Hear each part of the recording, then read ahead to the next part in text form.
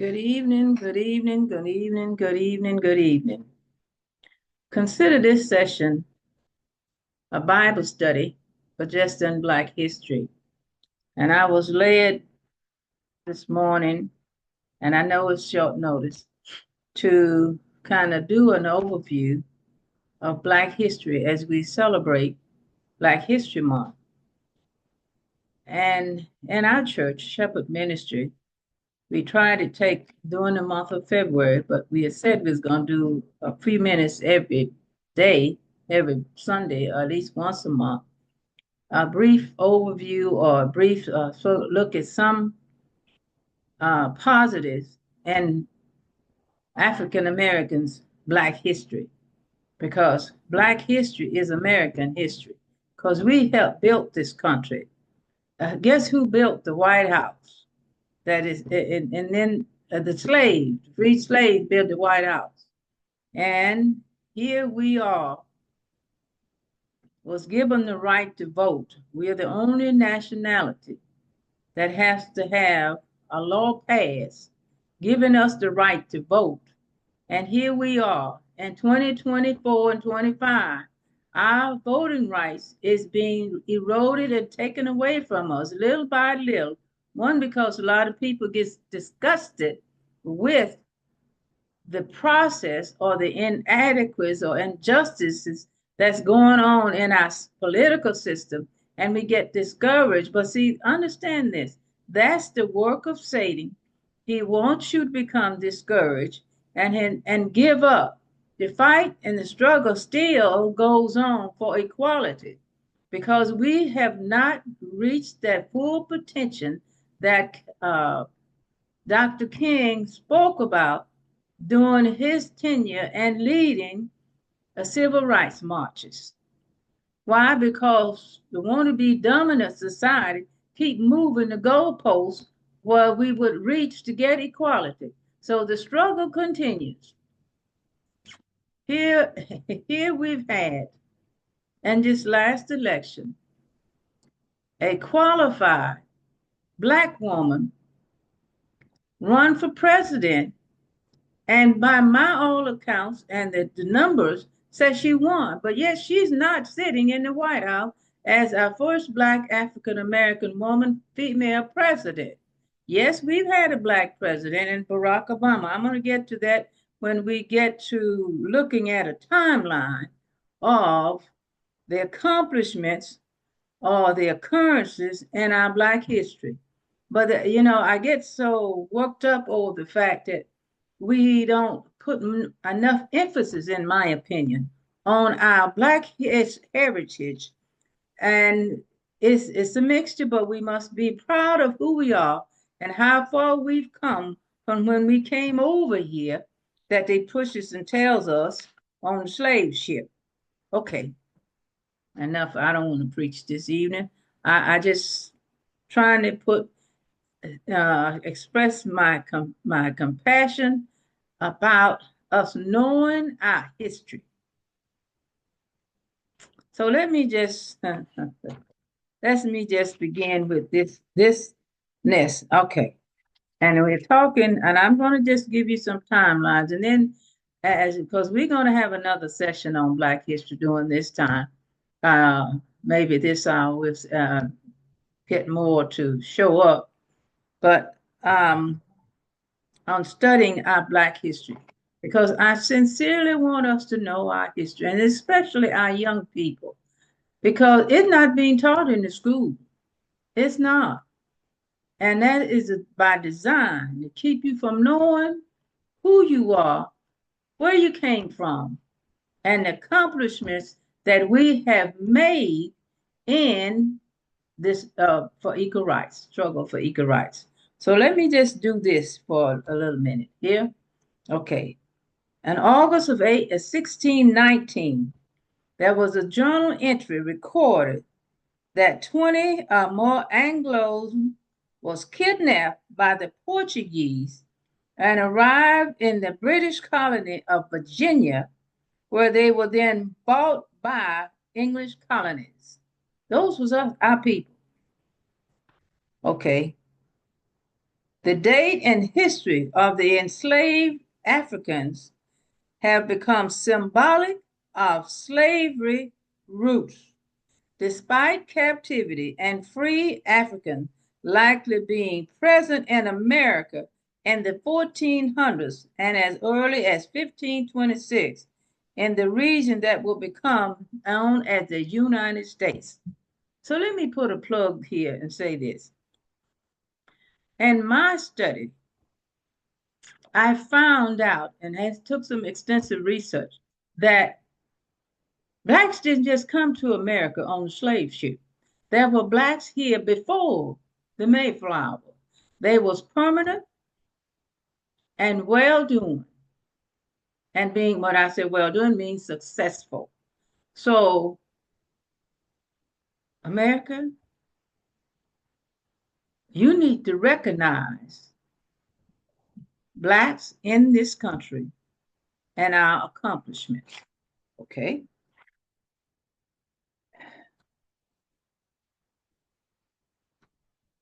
I want to, and we're going to really get into it and in a little bit, but I want to do this because tonight we're going to look at a timeline of Blacks in America, Black History Month timeline. But first, I want to say this. I'm sure most of us have heard of Carter G. Woodson. And if I would have asked you the question, who is he? Okay, Carter G. Woodson, an NAACP leader, educator, and historian, established Black History Week to recognize the central role of Blacks played in the development of this nation. So it goes back to what I said earlier, that Black history is American history because we have made this country. Yes, we were brought over here to be slaves, the ones that they want to, I mean, the time period that they want to religiously publish. And as I just said, there were blacks in here, in this country, back as far as 1526 and the 1400s. And they were free. They wasn't slaves. So America, look at who you messing over. Okay. He The first celebration occurred February 12, 1926. The second week of February was set aside for the celebration to coincide with the birth of abolitionists Frederick Douglass and President Lincoln. Okay, in 1976, that week was expanded to include the entire month of February. That's an accomplishment. But I tell you, it wasn't without hard work, but dedication and the determination to see our history and is recognized for the accomplishments that we have made in the building of this country. Let me tell you something. Indians was here when the Europeans got here. And as I said earlier, let me give you these dates again because I don't want you to forget them. That free Africans was present in America in the 1400s and as early as 1526. Okay, now let's just look at something here. All right. We have some conflicting dates, but that's okay. We got what the thing we want you to know. It says this, that and slaves came to North America in 1619. Okay. Why did they brought us here? Was to satisfy the labor needs of the rapidly growing North American colonies. White European settlers turned in the early 1700s from indentured servitude, mostly poor European, to a cheaper more plentiful labor source, which was enslaved Africans.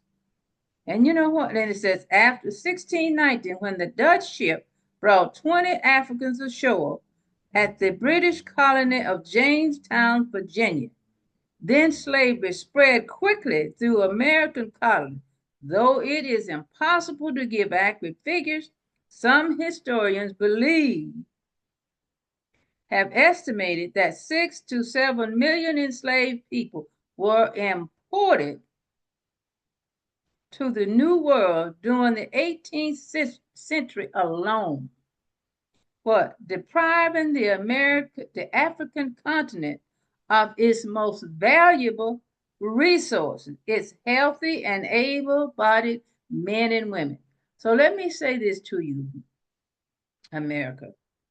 We were brought over here to be the labor force, work in the white folks' plantations on their farms, because we was a cheap form of labor. And let me tell you something. We do not have equal pay parity to this day. Barack Obama signed the Lilly Ledbetter Act. You know what that is? It's for women, black and white, to be paid on parity with our white male counterparts. I'm just saying. I'm just saying.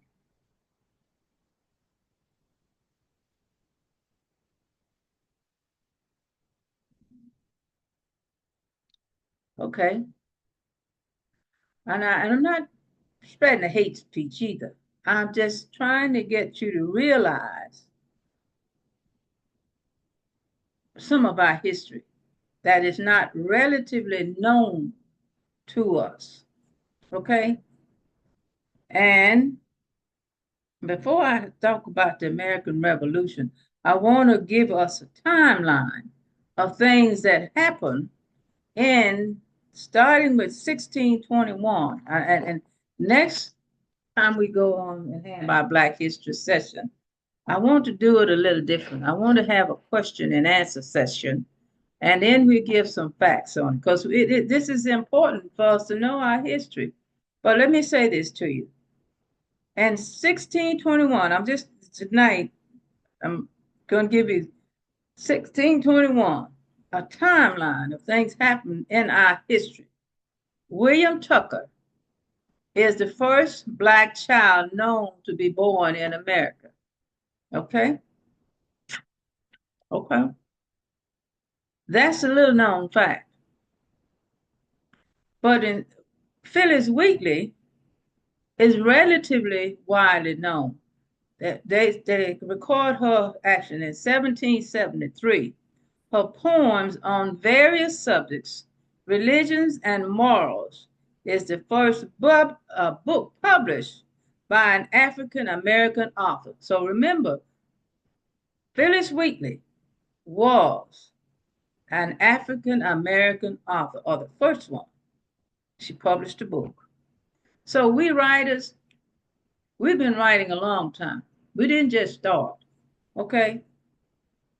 All right.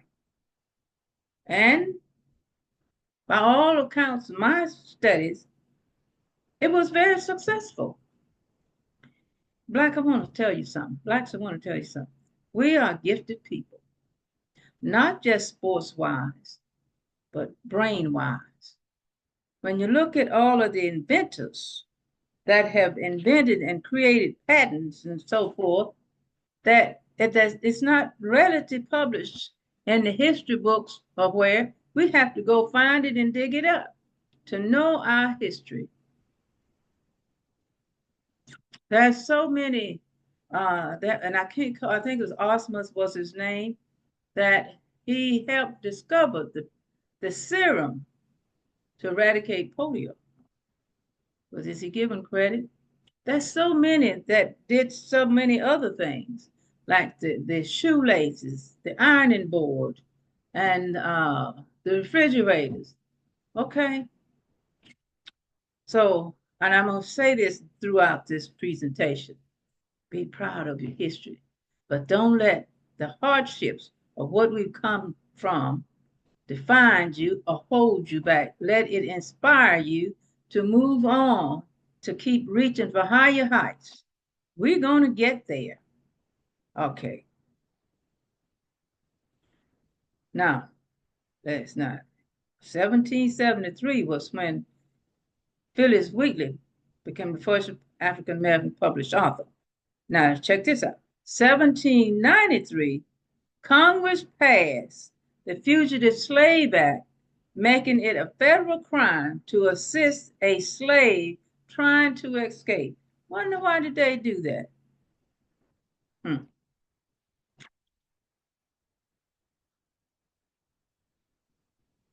Because they wanted us to stay in slavery.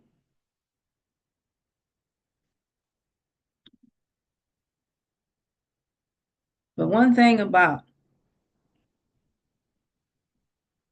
that was like 20 years difference from the time that Phyllis Wheatley published her poems, books on poems, to when Congress passed that act, making it a federal crime to assist a slave trying to escape.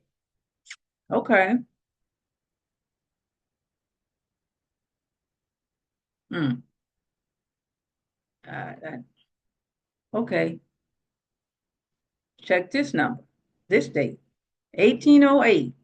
Congress banned the importation of slaves. We can't bring them anymore.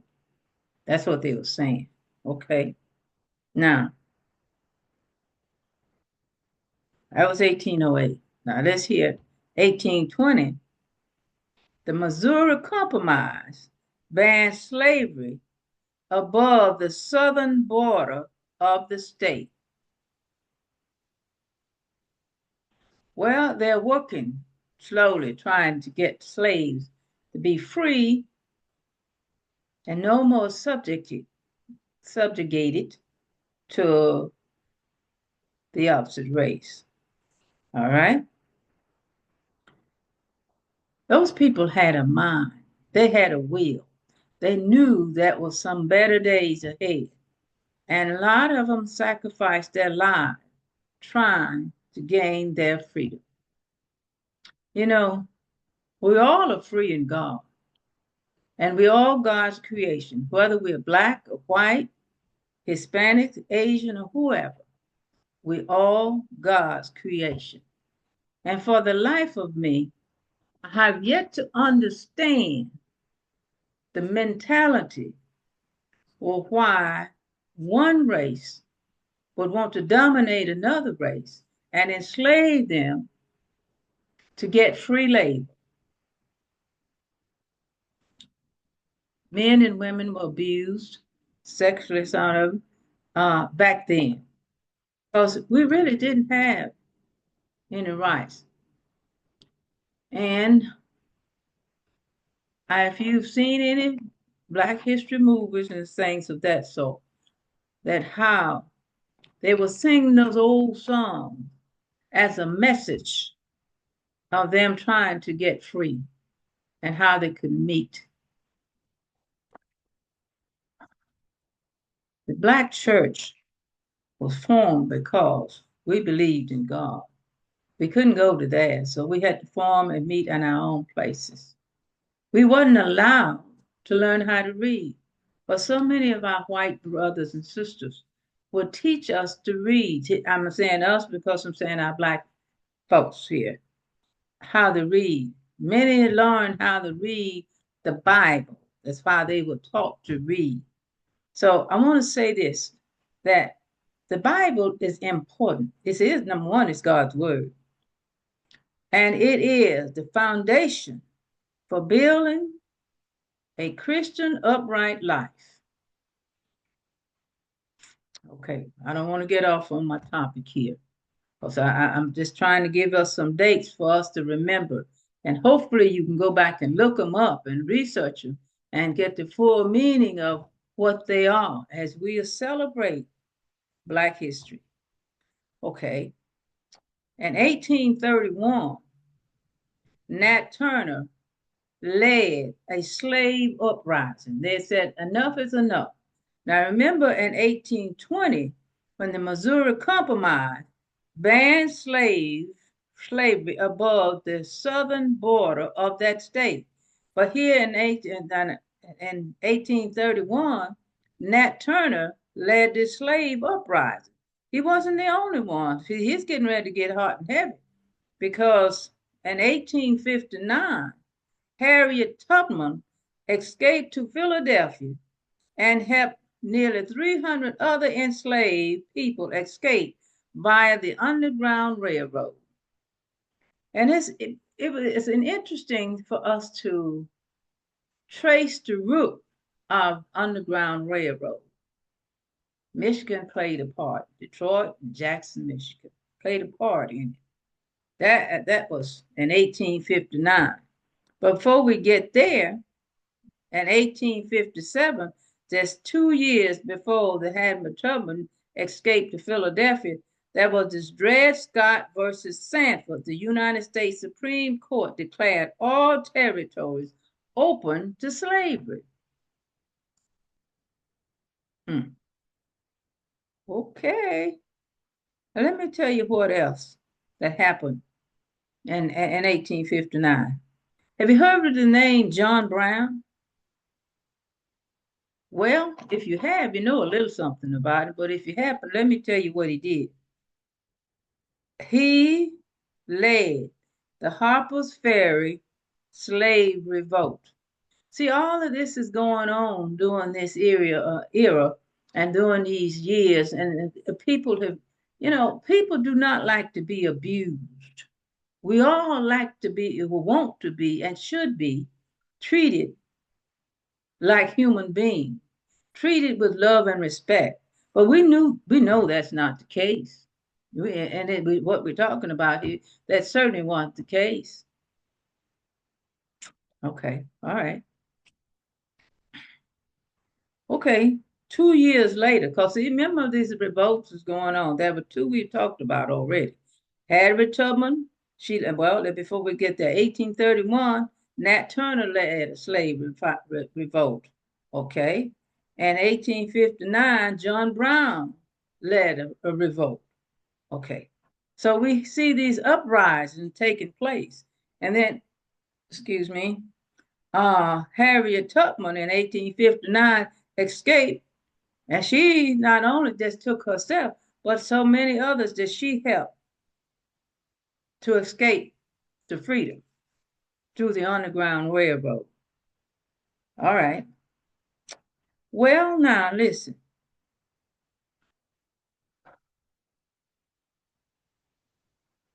The South was losing that free labor. And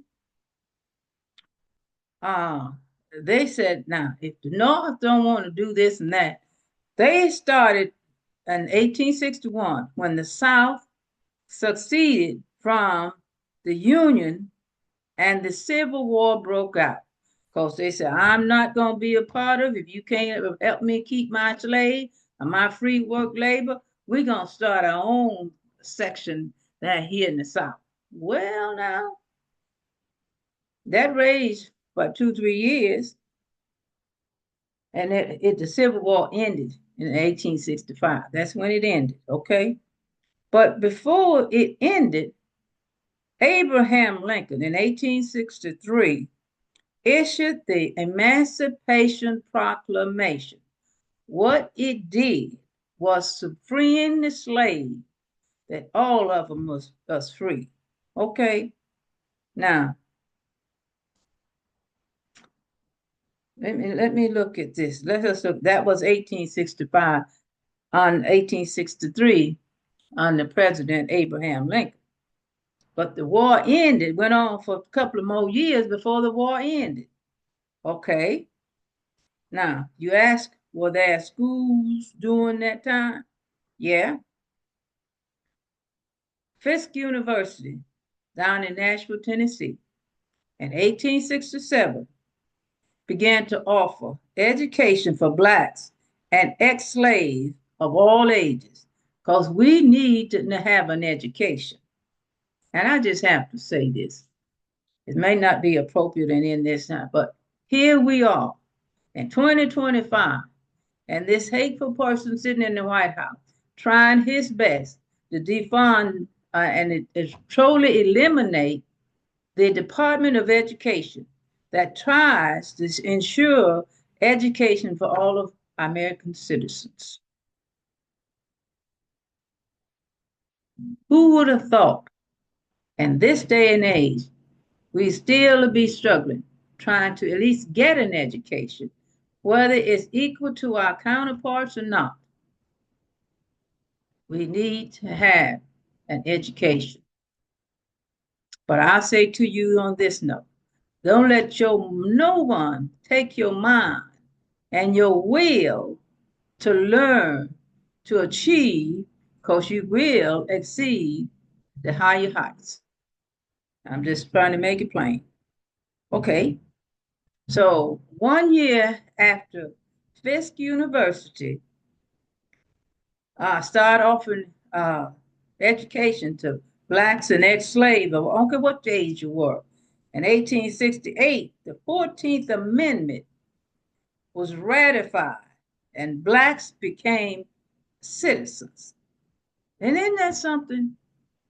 Now, many was born from 1621 up until 1868. You know, there was a lot of people born in that time. They told you in 1621, William Tucker is known as the first black child to be born in America, but yet they was not a citizen. And there were many others.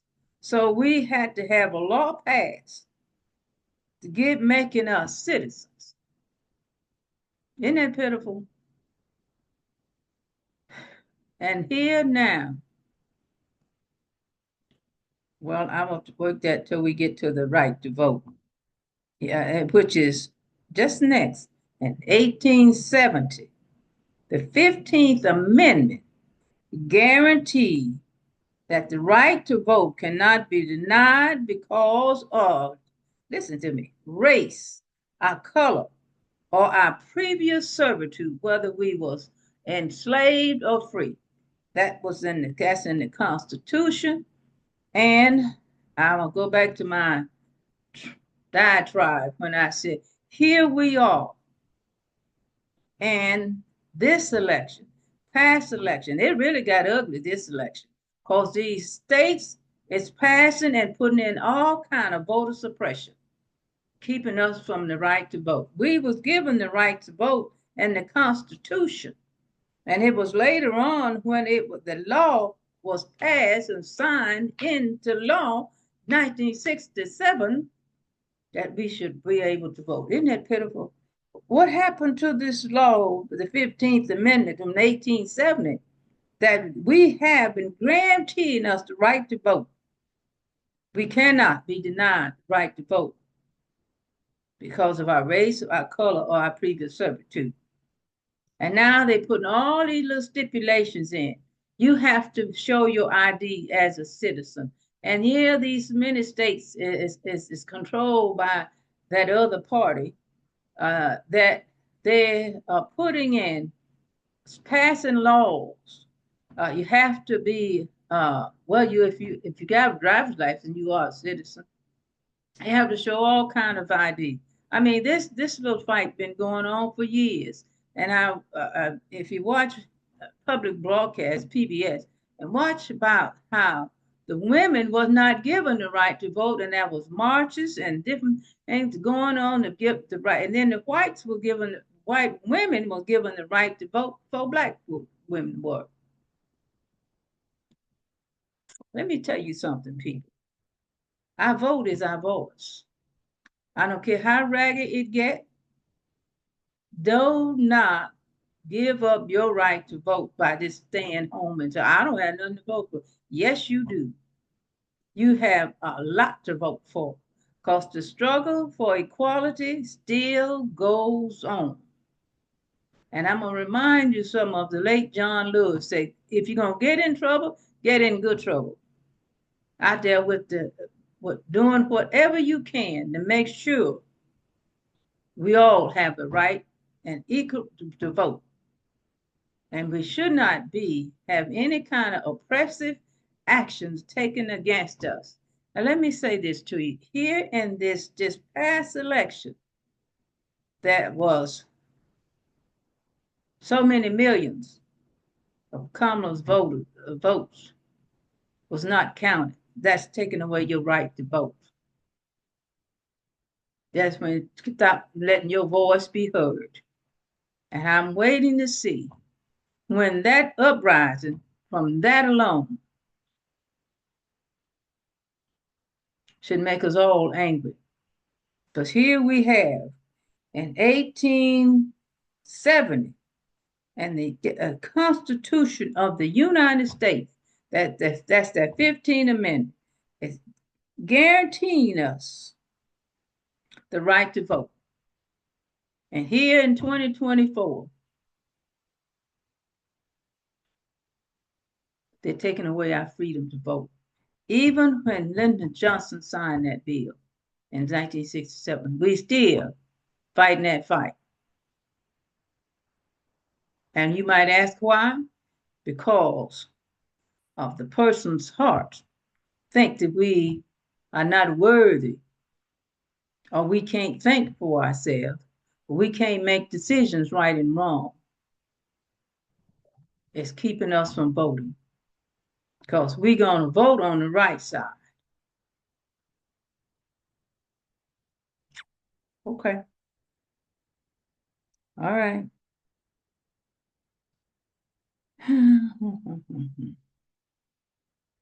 Almost 20 years later, in 1896, the United States Supreme Court ruled there was a case brought, Plessy versus Ferguson, that separate but equal is constitution, separating state and the religion. And I always tell my folks in church, do not take our freedom to worship for granted. Little but we know they're trying to take that away to worship.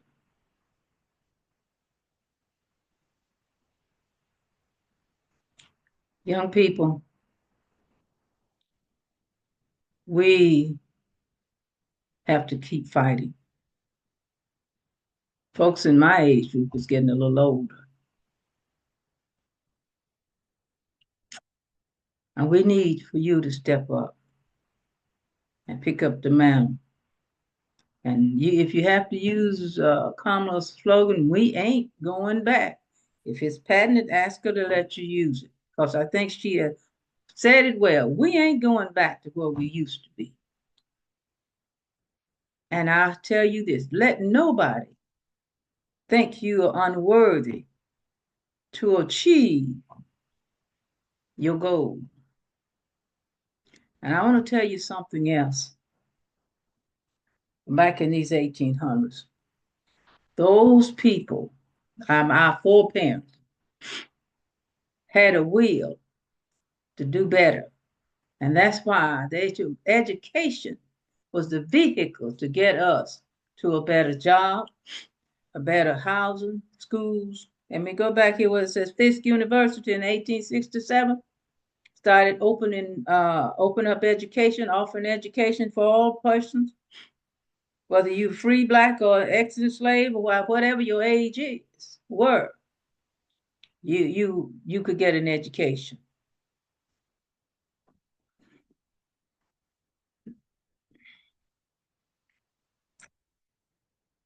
Let's get to the 1900s because there was a lot going on.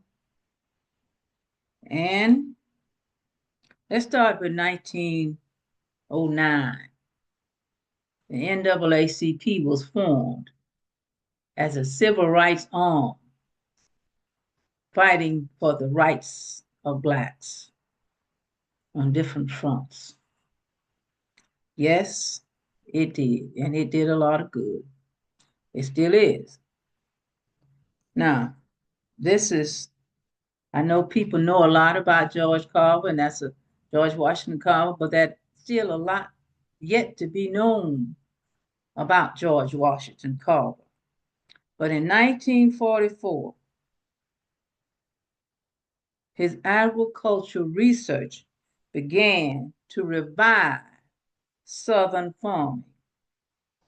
That was to help take us out the cotton patch with the cotton sack on our shoulders and that blazing hot sun, working from sun up to sundown. And if you're old enough, as your grandparents may have told you about this phrase, kin to can't, that means that the moment you could be able to see, you was in the cotton fields. And you would come out when you couldn't see anymore. That's what that means. Okay? Okay.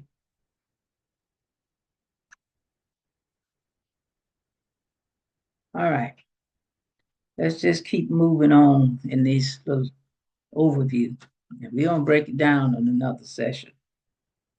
In 1924, the Harlem Renaissance began. A renaissance is a new beginning of something. Okay? Musicians was getting popular. People was getting freed and it was doing some things. Okay. Our history is not all negative, people. Don't believe that. Okay. But let's just show you this. And in 1929, 5 years later, after the Harlem Renaissance began, John Hope was named the president of Atlanta University and would become the first graduate of school for Black folks. Look up your history in them HBCUs. They have a rich heritage and a rich history for us. And we should be proud to graduate or be an alumni of an HBC school. All right. I'm just really trying to make my point and let you know uh, of the history that we have. Okay. Okay. From 1929 to 1936. You know, sports has always been around, and it was going hot and heavy, and still going on even more so. Jesse Owens won 4 Olympic gold medals. Jesse Owens. Just think about it back in that day. Let's think about it. Here he was, a Black man, to go to the Olympics and won 4 gold medals. 4. That speaks to our athleticism and Black folks. You know, they still associate with us with only being able to play sports. But I am so amazed and proud of some of our Black athletes that have taken their wealth and put it back into the community, starting schools and doing different other things. Now, don't get me wrong. Now, I'm not saying some whites have done that too, because our tennis great, he started a school, and but there was Jalen Rose. He started the Rose Academy here in Michigan, and LeBron James, how he started that school back in his hometown of African, and now they don't pay nothing to go to school because he's putting it all. Isn't that wonderful? He making all this money, not keeping it for himself. He's giving back into the community to help our people to move further and to gain and get our education. Hmm. Okay. All righty. Okay. Let's look at in 1947, and everybody know about Jackie Robinson, who became the first Black Major League Baseball player. But he wasn't without some obstacles. And when you read his bio, how he he ex, experienced or suffered the racism because of his skin color. It certainly wasn't because of his ability. That's the hatred in me.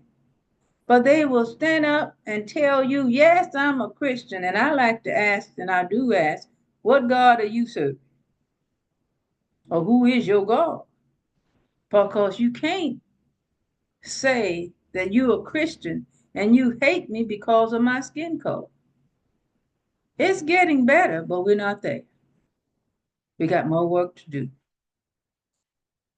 Now, let me just give you another little piece of a nugget.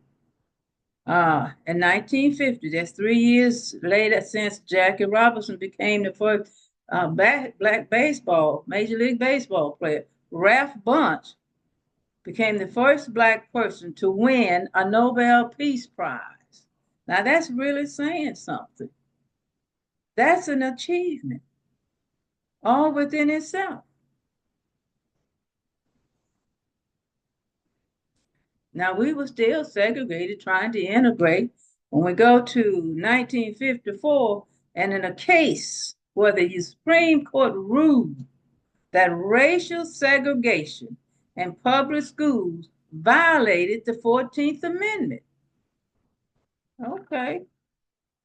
Hmm. And that in that case was Brown versus the Board of Education of Topeka, Kansas. So you see, things are still moving. We have to go to court to fight and win some of the battles, but we keep winning. So you can't give up the struggle, people. We can't. And I'll say this to you. One of my prayers is this, praying that God touches people's heart and change it and move all of the hateful and the bigotry that's in their hearts. And we see that playing out today, right before our eyes. So much hatefulness, bigotry, and oppression is just and at an all-time high. All right, we're gonna keep moving.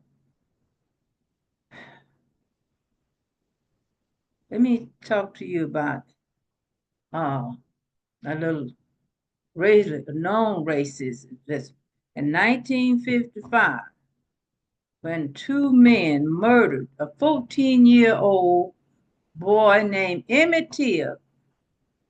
Now, he didn't do anything to the white woman, but he allegedly, notice that word, allegedly, and found out he didn't. He didn't even whistle at the white woman. But they were acquitted by an all-white jury.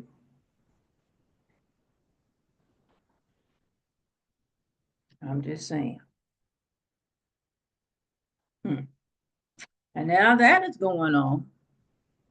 And I remember this. In 1955, there was a bus boycott down in Alabama.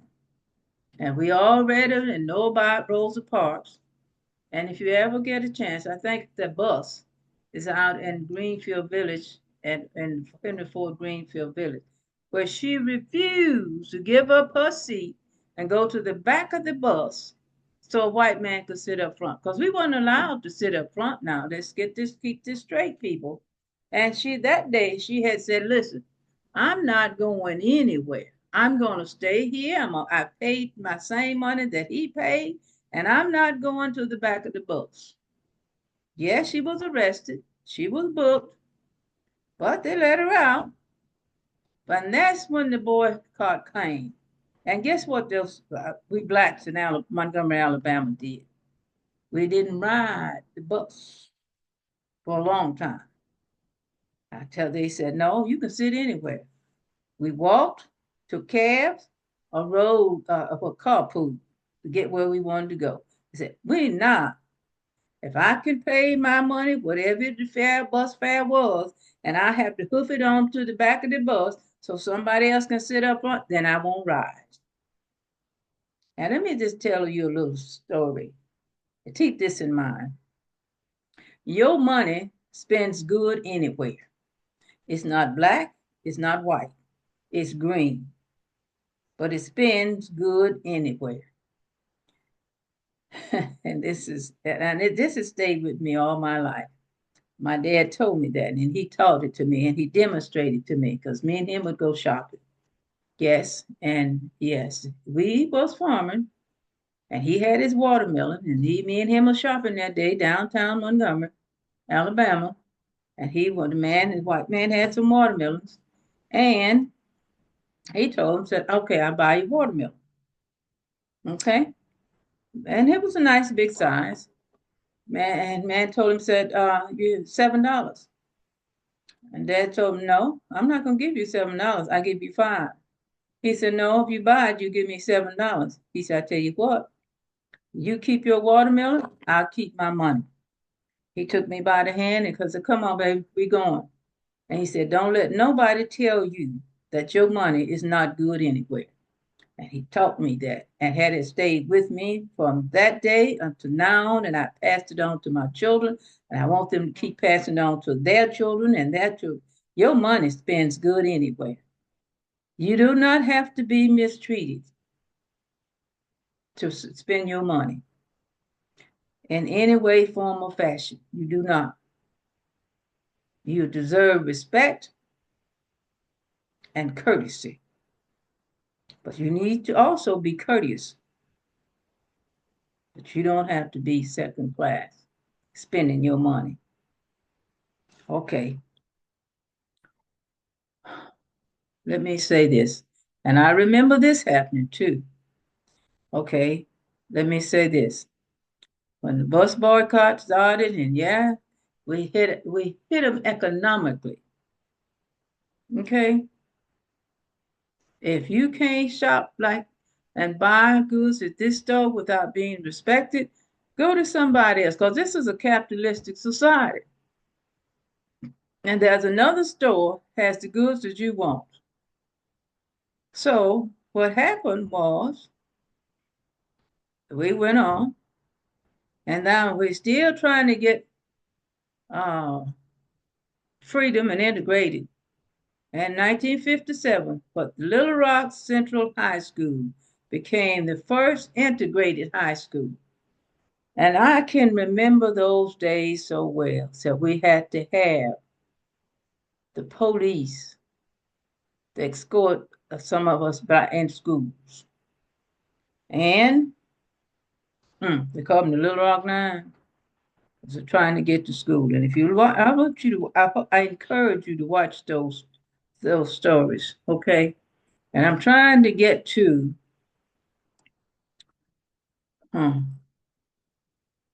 President Johnson signed that civil rights bill.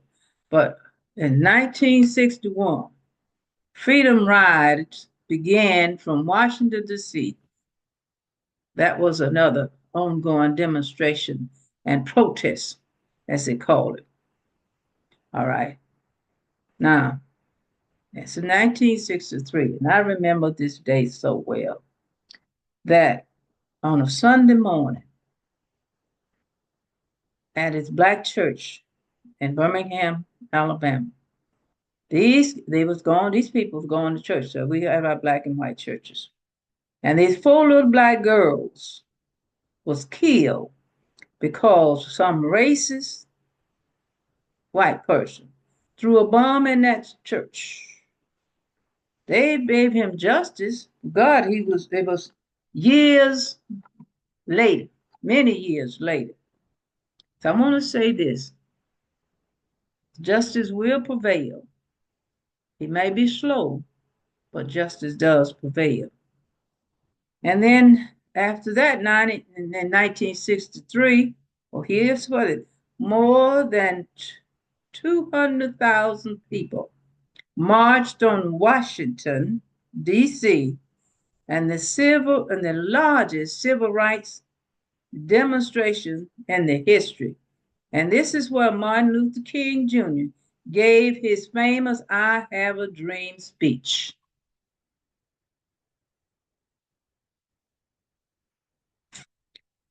Was that we all would be equal and be judged on the content of our character instead of on the content of our skin color. All right. And then next year, President Johnson signed the Civil Rights Act of 1964, guaranteeing us the right to vote. And we're still having that struggle. Hopefully I can get through these last few dates that I'm full 6 o'clock. 1967, Thurgood Marshall. You know, he became the first black United States Supreme Court justice. 68, Dr. King was assassinated in Memphis, Tennessee. There's a museum there. If you ever get a chance, go there to Memphis and see the museums, his hotel room, where he was shot from, and the balcony from where he was shot from. Okay, Shirley Chisholm in 72. I knew we was going to get to that. She was the first Congress black woman elected to Congress in 1968 and the first major party black candidate to run for president in 1972. Okay? And since 1984, Reverend Jesse Jackson, he became the first black man to make a serious bid for the presidency. Okay, we're going to get there. And what else? In 1993, Dr. Jocelyn Elders became the first black woman to be Surgeon General. And here we are, 2008, and Barack Hussein Obama became the first black president of the United States. And as I was saying, we're making some strides. We are not there yet, but we're going to get there. And it really hurt me that when our white males are so afraid of losing their dominance, because when Hillary Rodham Clinton ran for president, she was more than qualified, and she won the popular votes, but yet she still lost the presidency. And here again, last year, the same thing happened to a well-qualified black female. Other countries are electing women as their presidents and leaders and what have you. What happened? What's wrong with you, America? You need to get out of your racial inequalities and judge on the content of their character and qualification. Look past the skin color and the gender. Two well-qualified women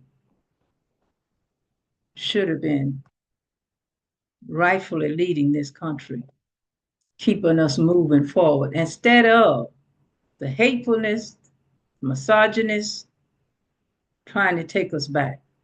And I'm going to close with this. We ain't going back. We're going to know our history. We're going to keep fighting. And we're going to keep moving on. Because our eyes is on the prize. That is removing systemic racism, institutional racism, and treat us all equal.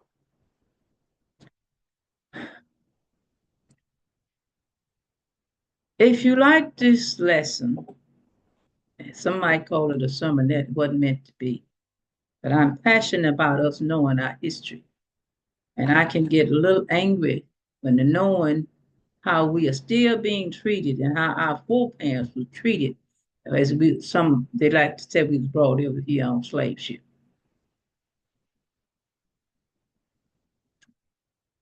Leave them in your comments. I'd like to hear what you have to say. Have a blessed night.